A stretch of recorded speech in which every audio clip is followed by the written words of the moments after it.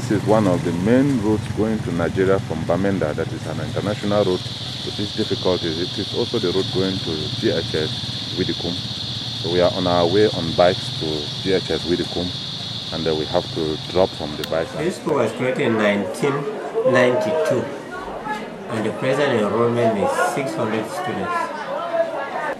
So what are some of those problems we face in the smooth running of this institution? We have numerous problems which we face in the running of this institution. First, we have infrastructural problems and have problems of personnel. As concerns infrastructural problems, accommodation, we don't have enough classrooms. Last year in 1st April, a wind disaster blew down one of our blocks, an incomplete government block that hosted forms 1A and D. So there's a lot of congestion, which we have now. The classes are combined from forms 2 up to form 5. They are all in one class, but there are 2 streams. So we have a problem of accommodation of the students. Then as we have the problem of accommodation, it means that we are short of benches too in the classrooms. The teachers don't have tables where they can sit in the classrooms and work. They don't have chairs where they can also sit in the classrooms and work. Then there is also accommodation of the staff, of the personnel. Like you see this office, it was put up by the PTA, but it is incomplete. It is incomplete. We are just managing using it. We don't have a staff room. That part there, we see outside there, is just Then we lack also a recommendation to accommodate our books. The library, you see some of the books are here. We find some of the cartoon here. Some are in that other secretariat there. Some are in the vice principal's office. We don't have a library where we can keep the books. That is what is concerned as concerns accommodation. Then we have other problems of water. The school doesn't have drinking water. There used to be pipe-on water here, but the tanks were removed and so like that. So then we need drinking water. The students have to travel here right to the town. The last time that you saw on the road there, they go and carry water from the buckets and then they drink. So that's a great problem. Then there is also the problem of electricity. The school not yet electrified, but I see they are taking electricity to one of the villages there. Maybe after this, we'll be able to see how the school can be electrified, but through our own means, because the line may just be passing along the road. So we have that problem too of light. Then we are starting a computer program here, where we don't have a computer lab. We are trying to use one of the classrooms as a computer lab. But it is still on the way, we are still working on it. And through like toilets, we have the toilets. We have just one toilet of about 3 rooms, which is up there for the students, far outside there, which is not really sufficient for them. And then the staff toilet. I think since the school was created until last year was when we had a staff toilet, which is behind here, and it is also incomplete. And then other fractional needs, like you find the school that is here, we don't have playgrounds. We don't have a single playground. We go and do our sports and games in the school, in the Catholic mission and the Presbyterian school. That is our problem. The land, and then the land area to where the school is limited. They gave it is all on this other side and these other areas which we have there.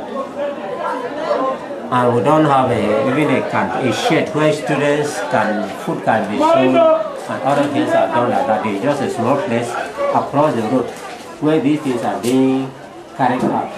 These are some of the infrastructural problems that I can outline for now. Another great problem we have is that since this school was created in 1992 and transformed into a high school in the year 2000, it has only been operating in the arts. We don't have the sciences. And the reason being that we don't have a science laboratory where the practicals can be taken. Therefore, we lack that at this. And our children suffer here a lot because after their O levels, those who want to do the sciences, some go to Bamenda, others go to Batum.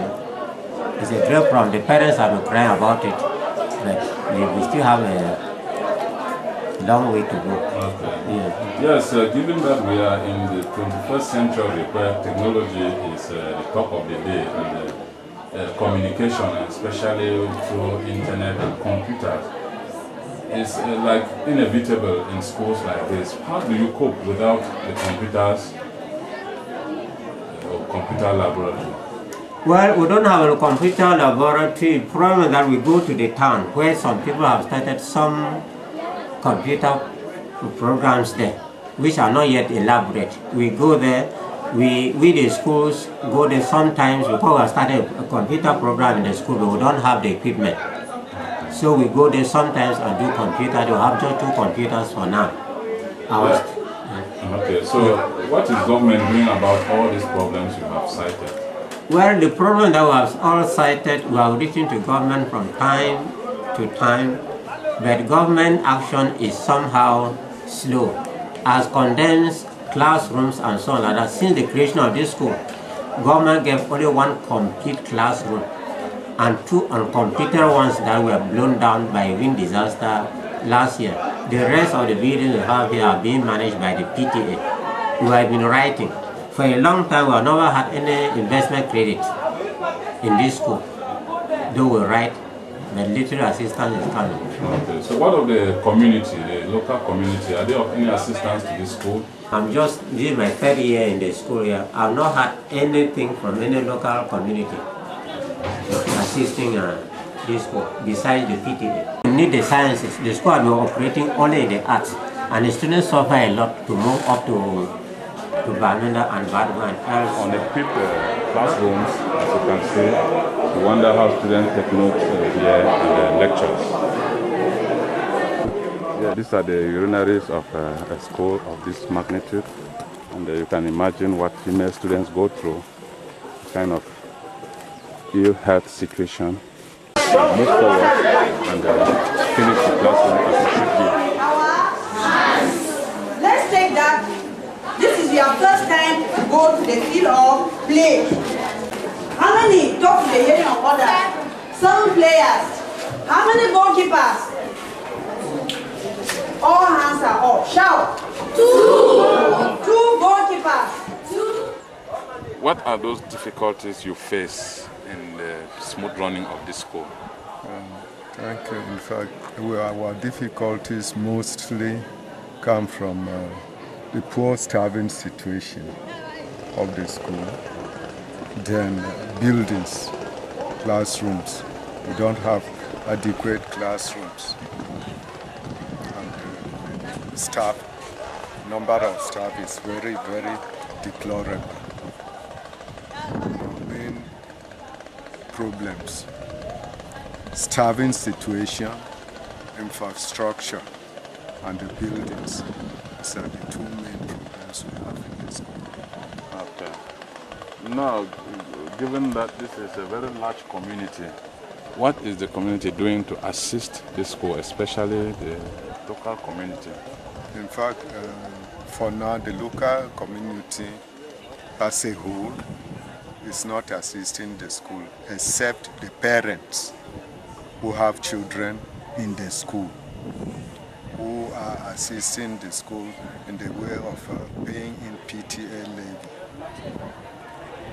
Yeah, given the state of our country, Cameroon, what is government doing to help you through these difficulties? For now, the government is solving only the question of staff. That is all she has in the school. For all this time, the government had been able to put up only a single classroom. That is the classroom. The rest of the buildings, as you see, are from PTA.